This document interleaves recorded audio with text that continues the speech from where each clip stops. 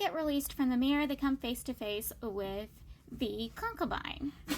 Now, at first, I don't think she's involved until the main character starts putting pieces together and realizes, yes, she's involved. She's involved in all of this.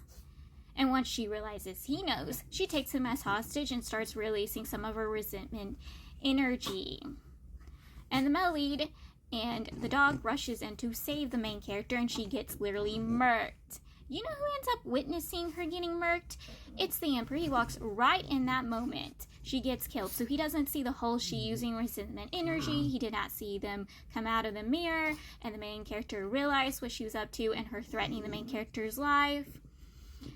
Yeah, he didn't see any of that. So he thinks the male lead killed his concubine for no good reason and orders for the male lead, the main character, and the traveling companion to be captured. And during this whole thing, the main character's poor dog was killed. And Why? Why the freaking dog? The dog didn't deserve it. I was hoping the dog would be in the entire story. Like in Resistment of Filth. I was hoping the dog would be in the entire story and get to be with them at the very end and be a big, happy family. But no, the dog was literally killed. Why the dog? Why? I care more about the dog than the dang concubine. We all know I do. The main character and my lead are able to escape. The traveling companion wasn't able to. He was captured. The main character's heartbroken over the death of his dog. He's also furious at the male lead for killing the concubine because, again, if she did not die, maybe they wouldn't be in the situation they're in.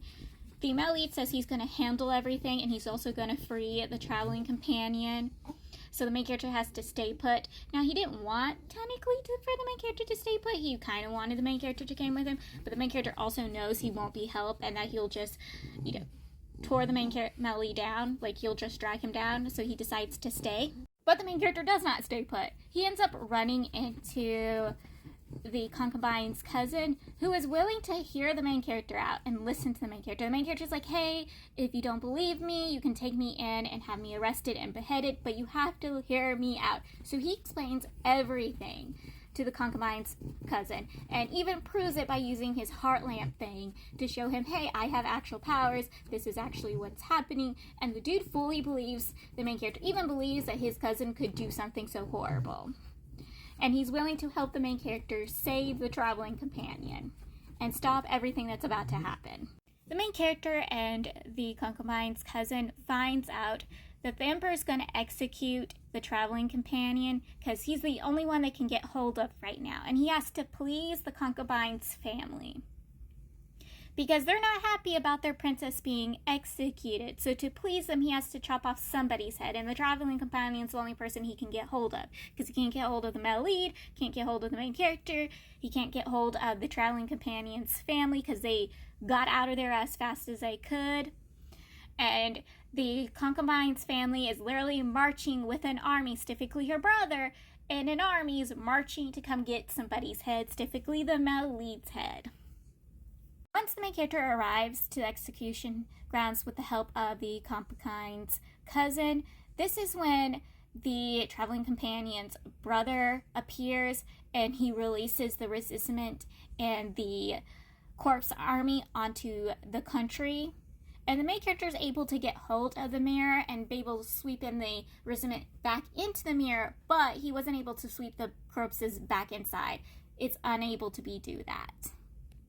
The brother released the resistment and corpses at the execution grounds was to save the traveling companion, not because of his brotherly relationship with the traveling companion, but because he needs the traveling companion to use their family's sword artifact because he's unable to use it. That's why he had to go down the path of resistment and follow his master.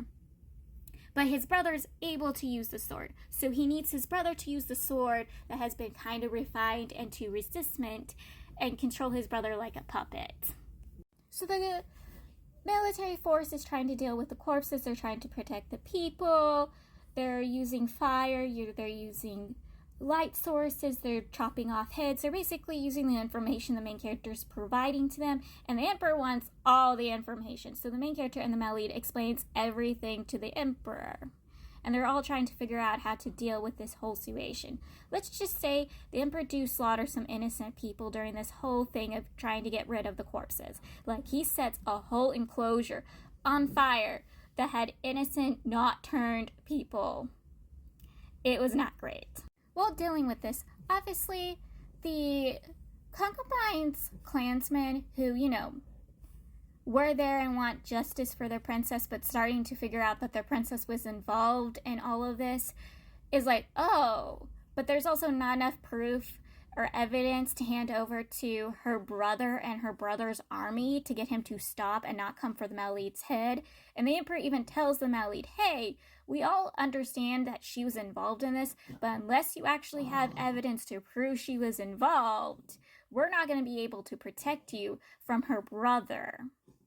The main character, Malid, the traveling companion, and the concubine's cousin decides they're going to deal with the traveling companion's brother. And they know they need to sneak all the way to him. So the main character swoops them all into the mirror and goes to face off the traveling companion's brother on his own until he reveals, hey, I actually have them by my side and they're going to fight against you. This is when the traveling companion reveals he's working with a certain master that he's trying to help release. And that this master is the person who caused the Malid's dad's death. So yes, the Malid knew about this whole corpse thing for the longest time. Back when his father was still alive, his father was ailing and dying from a sickness and was supposed to at least live for another few years. This supposed figure in black, the masked figure, comes to his father with medicine promising the man would be cured. Instead, the man dies in a few days and turns into a literal corpse. And the Malid has been searching for this man this entire time. And this leads to the Malid running into this dude refining corpses, and the dude escaping, and the Malid being framed for all the deaths and being imprisoned. Yes, it was a whole thing. And the main character's like, oh, yeah, like he's dealing with all this information, coming to face with the traveling companion's brother. The traveling companion's brother calls forth one of the great princes, one of the great 8 princes to his side, and the main character calls for his companions to his side, and they're all fighting.